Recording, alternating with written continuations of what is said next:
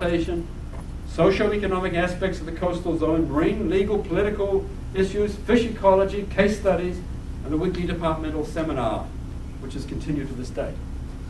The academic program takes off. It's interesting to look at that and makes you realize that we have stayed true to our mission. In 1971, Squires reports to the Marine Resource Council and the Nassau Suffolk Regional Planning Board, Lee, the executive director, with the right title? Thank you. On its first 3 years as director, MSRC is on the move. And then, the same year, the New York Sea Grant program is formally launched with Don Squires as its director. This is interesting. Anybody from Sea Grant here? Jade. First issue of Coastlines, the Sea Grant newsletter, is published, comes out. And it's still coming out. Peter Woodhead is appointed director of Discovery Bay Lab, Jamaica. And that was, there was a lot of trouble in Discovery Bay Laboratory, which I don't go into right now. In 1972, just after I had arrived, and Ivor Duadell, chemical oceanographer, some of you know, had arrived. Squires and his assistant, executive assistant, Marion Steinberg, resigned, and they moved to Albany to run New York Sea Grant, taking their salary lines with them.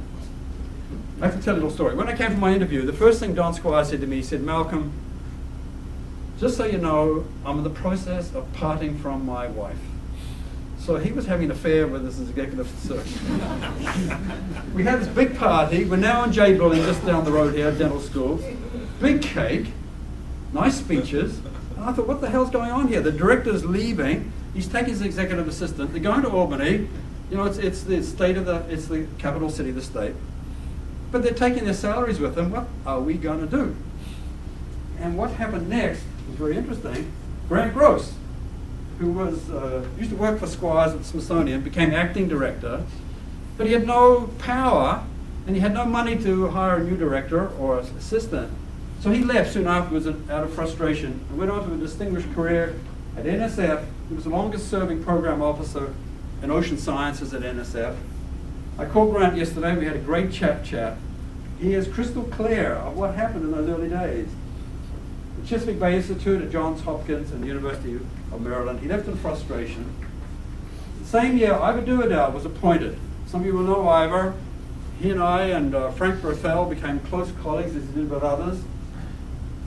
He became assistant professor of chemical oceanography. Ivor saves MSRC from annihilation. That's a pretty strong statement. So after Gross left, after Squires left, after Steinberg left, we kind of wallowed around. And here was Ivor and I, the two assistant, untenured professors, trying to struggle to establish ourselves. We've got stuck running this place. None of the senior faculty I mentioned wanted anything to do with administration. And so we kind of lurched along from day to day for over 2 years.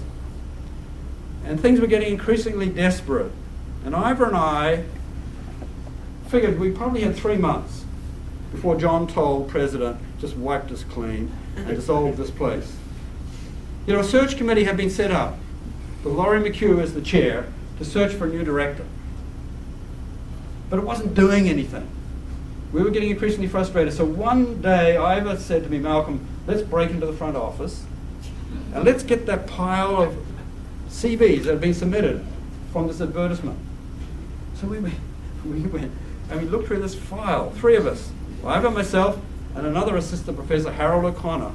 This is a true story. We rooted through those files, and one person stuck out from the rest by a huge margin. His name was Jerry Schubel. So I said to Ivor, "Get on the phone and call this Jerry Schubel. Tell him to get up here." So Ivor did. He called up Jerry Schubel, and Jerry said, "Hey, I'm coming up to Brookhaven Lab. I'm going to interview for the new Ocean Sciences program at BNL. I'll swing by on the way after my interview," which he did. And so the 3 of us, assistant untenured professors, kind of interviewed this gentleman called Jerry Schubel. And he started to get very interested. So we went and told Laurie McHugh, who was the official chair of the search committee. He blew his top. I can't even tell you the language he used. It starts with the letter F many times. guys doing? Anyway, that's what happened. One thing led to another, and that led to Jerry Schubel, and that's how we got here. If it wasn't for that break-in, that Watergate break-in, none of us would be here today, I don't think. Anyway, I must move on, running out of time. Bob Wilson, who's in the back, came in 73 as a first postdoc fellow. Jerry Schubel came in 74. A new research vessel on Russ is delivered the same year, early December, 74 to 86, under Jerry's rule. The center had spectacular growth. 1978, the PhD program was approved by New York State Department of Education. 86, Schubel got restless, and he was appointed provost under President John Marburger. And Donald Pritchard, who'd come up from Chesapeake Bay Institute, took his place. So Don did it for 1 year, but because of poor health, I was asked to do it for a year and a half. Jerry came back, not a happy man, I have to say. 1993, he bought the ITPA. And this was a huge development in the life of MSRC. From physics, from astronomy, they came. And many of them are sitting in the room today. And that had a huge change. It was a sort of uneasy marriage for a while. A bunch of physicists and chemists coming into this Marine Sciences Center. But ITPA has become an important part of who we are. We can't imagine life now not being together. As part of that deal, Schubel was able to get our library up in Challenger here, Massac, open. But in 94, Jerry resigned. He wanted to become president of Stony Brook. He didn't make it. He left and became president of the New England Aquarium in Boston. Jerry would have loved to have been here today. I've been in touch with him the last few days, and I wish he never quite trusted me because he said, Malcolm, make sure that you give the correct history of this place. Malcolm, you make sure that you say the right things. I said, Jerry, don't worry, you'll be proud of me. He's getting a copy of this DVD. So. No, he's not. And then Kirk Cochran. Is Kirk here today? Here he is. Kirk has to be the hero of the post-Schubel age because he had the unenviable job of picking up the pieces and moving us forward. And so for 5 years, Kirk was the dean and director. And then Marv Geller. Marv took over the helm for 5 years till 2003 when David became dean and director. Very quickly, in 2006, we acquired the failing Southampton College, a purchase by SUNY for $35 million, and that took it its first class this month of students. And this year we've become the School of Marine and Atmospheric Sciences. So very quickly, just in 2 or 3 minutes, a few photographs. These are the cast of characters who led this place over since its formation. Don Squires always told me he used to work for the CIA. And he was behind lines in Russia. And I never knew whether to believe him. You cannot believe anybody who says they used to work for the CIA. Anyway, there's Grant Gross. So we haven't got time to read this, but this is the mission statement back in 72. This is the logo. This is the logo of MSRC. Sorry, it's not in color. I couldn't find a color one. It's also the logo of New York Sea Grant. So there was a sort of an alliance that today, of course, we're distinct organisms. Here are the 3 labs, the Discovery Bay lab down in the tropics, Stony Brook, and the Isle of Shoals. They went on for a few years, but Schubel withdrew the support from those 2 labs because it was draining our resources. I think it was $12,000 a year to Jamaica and $5,000 of Shoals. Doesn't sound much these days, but it was draining us. This is Coastline. This is the first issue of the New York Sea Grant letter. Look, it says New York State Sea Grant and MSRC. That's a letter to the Long Island Marine Advisory Board. They're setting up the hotline. The buildings we're in are named after famous ships of exploration and discovery. This building is called Endeavour after Cook's ship. The Discovery, the building next to us. The Challenger, the longest oceanographic expedition, 4 years. Then and since. And the Dana. Now this is Dana 1. I'm not sure the Dana building is named after this particular vessel. Dana 2. Glenn's the expert there. Glenn has a Danish wife who knows. So I'm sorry, Glenn, I couldn't find a picture better than that. And these are our ships, not quite as romantic or glamorous as those grand sailing ships. There's our Well, number 2 after the Frumpy, the Big Mac. And then here's the on-rust from 1974. We have the captain of the on-rust with us today, Chris Stony. Chris, where are you? Stand up, Chris, can't see you.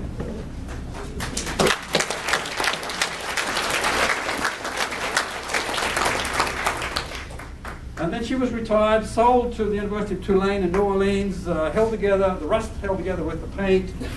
Dangerous condition, don't go out to sea, go up the river. And we got the, under Marv Geller's leadership, we acquired this former fishing vessel, which is now Sea Wolf. And you'll see that down in Port Jefferson. I don't know what this old boat was. Anybody recognize what that is? But there are some of the early heroes. It's Peter Weil. Doug Hardy couldn't be here today. He was one of the early oceanographers. He's canoeing off Croatia as we speak. Don Squires. I don't know where that is. Anybody recognize that? This is a famous cruise, the first cruise, summer of '71, on the research vessel Undaunted. 3 weeks at sea. We took 30 students with us. You'll recognize some of the faces. Here's Grant Gross. David J., one of our first students. Doug Hardy. Hippie from California, Ron Kaplan. A whole seminar on Ron. Haven't got time. I could make you laugh for an hour with this guy. Never got tenure. Came to school in a toga. Jeffrey Levington. Glenn Holst, now works for Town of Huntington. Karen Hendrickson, lives in Setauket, and yours truly. Oh, I'm just talking briefly about the environmental defense. Charlie Worcester sent me this stuff. What headlines in Newsday? What did Einstein, Tesla, Marconi, and Worcester all discover? Long Island. This Charlie, founding trustee, he's got to start here in 1967. And the EDF rocketed to national attention with this half-page ad in the New York Times. And basically he said they cobbled together every penny they had. It wasn't much. They took this ad, and basically it said, if this mother's milk, it's a nursing mother, if this mother's milk were placed in any other container, it would be illegal to transport it across state lines. It is so contaminated with pesticides. That was the level of DDT and other persistent pesticides in the human body. Nick Smiley here. Nick Fisher was Charlie's student, right? Back to Schubel. Jerry was always the man out front, trying to make marine sciences research count, MSRC. And this is one of his early, what I call the Dean's Dream. This is research funding. 71 to 82. Rocketing off into space. One thing Don Squires told me the other day from Australia, where he's living, that every time he increased his research budget, President John Tolwer would reduce the state budget by an equal amount, and it was not getting anywhere. Now these are just some photographs. You'll recognize people. I haven't got time to stop and explain. Cliff Jones, this Chris Stubbe. This is Peter's retirement party held in this room. There's a slightly younger Steve Engelbreit sitting on the right there, paying tribute. There's a handsome Lee Koppelman giving tribute to Peter. Now here's the famous I ever do it, Al. He wouldn't come today. He's living in Florida. There's no reason why he shouldn't come, but he wouldn't. And Frank Rothel and I implored him to come with his wife Mary there, but he wouldn't come. But he's the man who saved MSRC. That's Malcolm's thought. There's Peter Muriel. Muriel's with us today. Thanks for coming, Muriel. This is Carl Tarikian, the famous radiochemist from Yale, who was in this room speaking. Malcolm, you might want to flip back, and there's Laurie McHugh. Oh, that's Laurie McHugh as well. I'm sorry, going too fast. What a wonderful man he was. He saved my skin a few times, even though he hauled me over the coals. Now this is jumping to another retirement party, Charlie Worcester. This is Fred Krupp, the president of EDF. EDF has grown from a group of 5 men, scientists, lawyers, into a huge organization with a budget now approaching $100 million a year, with 400,000 members nationwide. It's an amazing story. We don't tell that story enough. These are some of the people at Charlie's party. Larry Slobodkin, Charlie's wife at the time, Eva. Ed Carpenter was a faculty member here for many years, now at the State University of California. Tom Wilson. Now this picture's corrupted, but I wanted to put it in here because, does anybody know who that gentleman is? This is the retirement party of Charles Worcester. You know who this handsome guy is? That's Kirk Hopker. This Charlie's top of Charlie's head.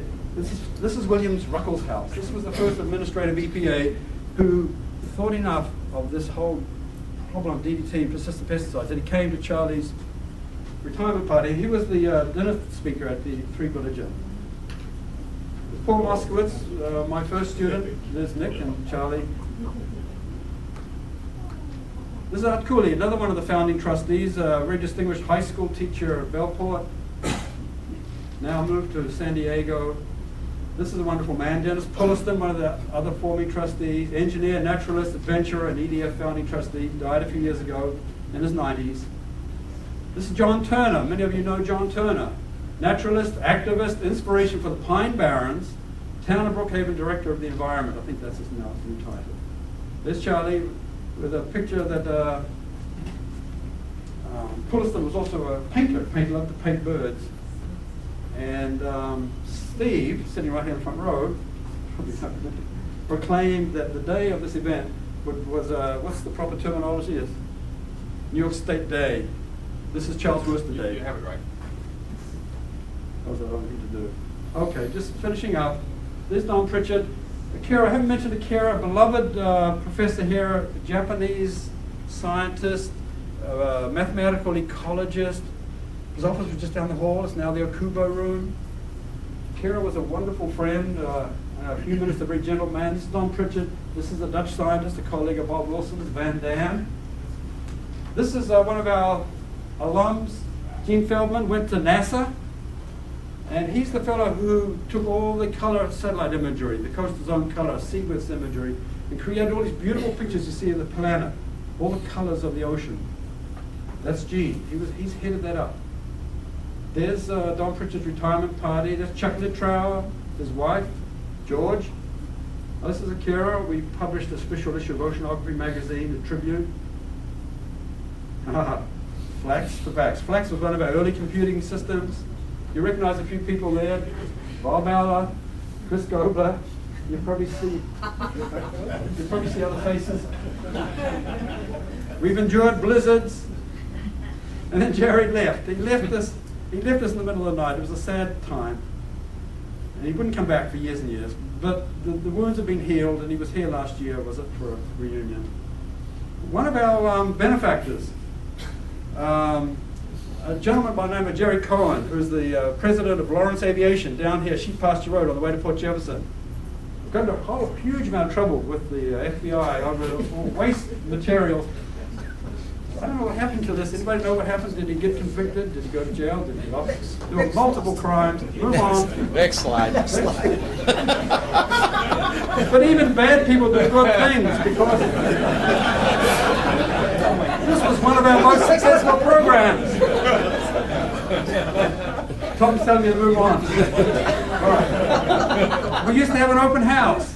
We should do that again. That's where we had kids and adults and school groups. You know, just showing what we do here. Of course, there's the World Trade Center. These are photos that Cliff Jones gave me. The Pillars of Light. That was another seminal event, of course, in the nation's history. New roof.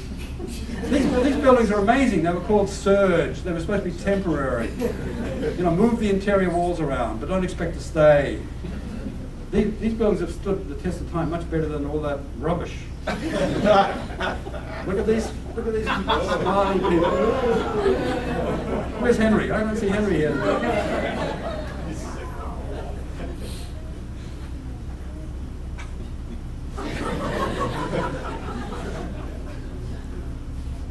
That's Rob Slavonic. He works for Tom. Somebody's ripped up one of the cables they had across the South Shore beach. On the right there, that's my son Hamish, who was a student here at Shinnecock, in there, working with Tom. Jim Mackin, you remember Jim Mackin? He was assistant professor. This was an amazing story. She was Schubel's secretary. Jim got, maybe I shouldn't tell the story. Yeah, no, you shouldn't. Keep going. They got married. They got married. He got her pregnant while she was still the Schubel's secretary, and he was such a straight, moral guy. I thought, holy what? He'll never get tenure. But he did. They happily married, and now I think he's provost of Bloomsburg College in Pennsylvania. He was back last year for the reunion. Oh, this is sad. This is bodies washed up in New York Harbor. Hurricanes. We survived death and hurricanes. There's cruises, there's Camazina, and there's our Portuguese. Oceanographer Mario on the right, about to blow his lunch.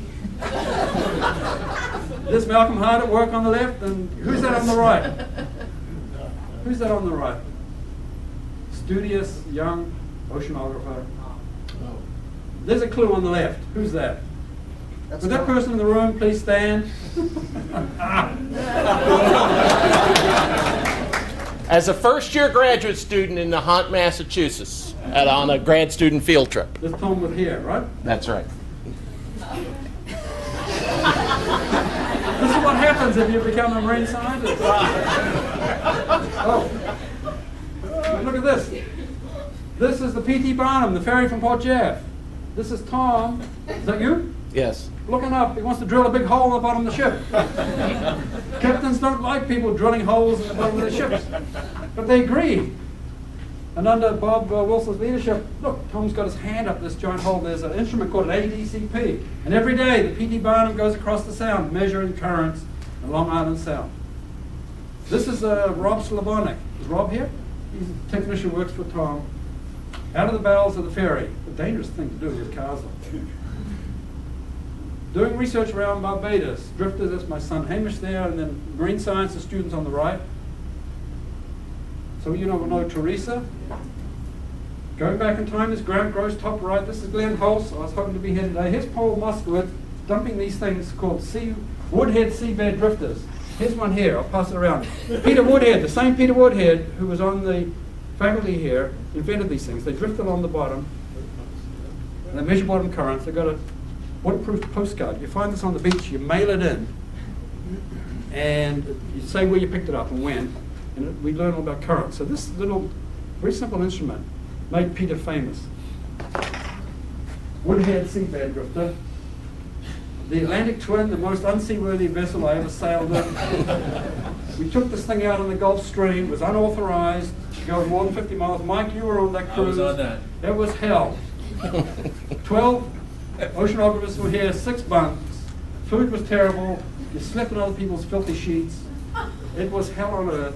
You all know what that is? He spilled mercury or something all over the place. Would you trust this guy with your daughter? Tom bought Jerry the top hat. Jerry's father-in-law made the Marine Sciences logo and pinned it on the wall. So don't anybody dare ever touch that. You know these people?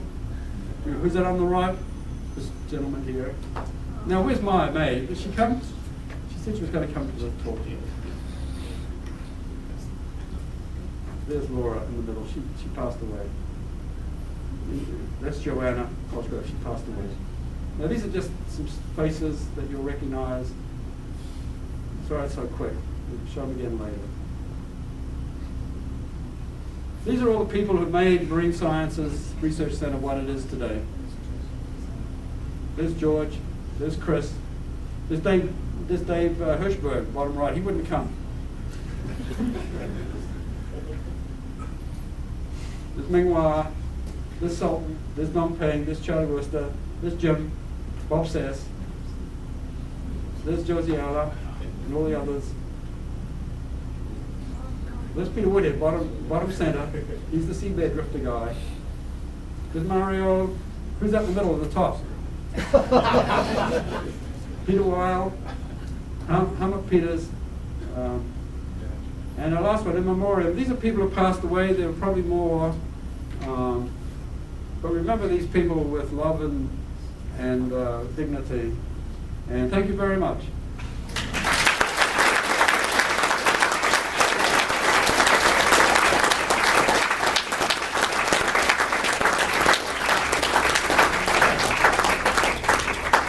Gone over my time, so we have to stop. If anybody would like to join me for lunch, we have a few pizzas down the hall in the Kubo room. Please come. Good job.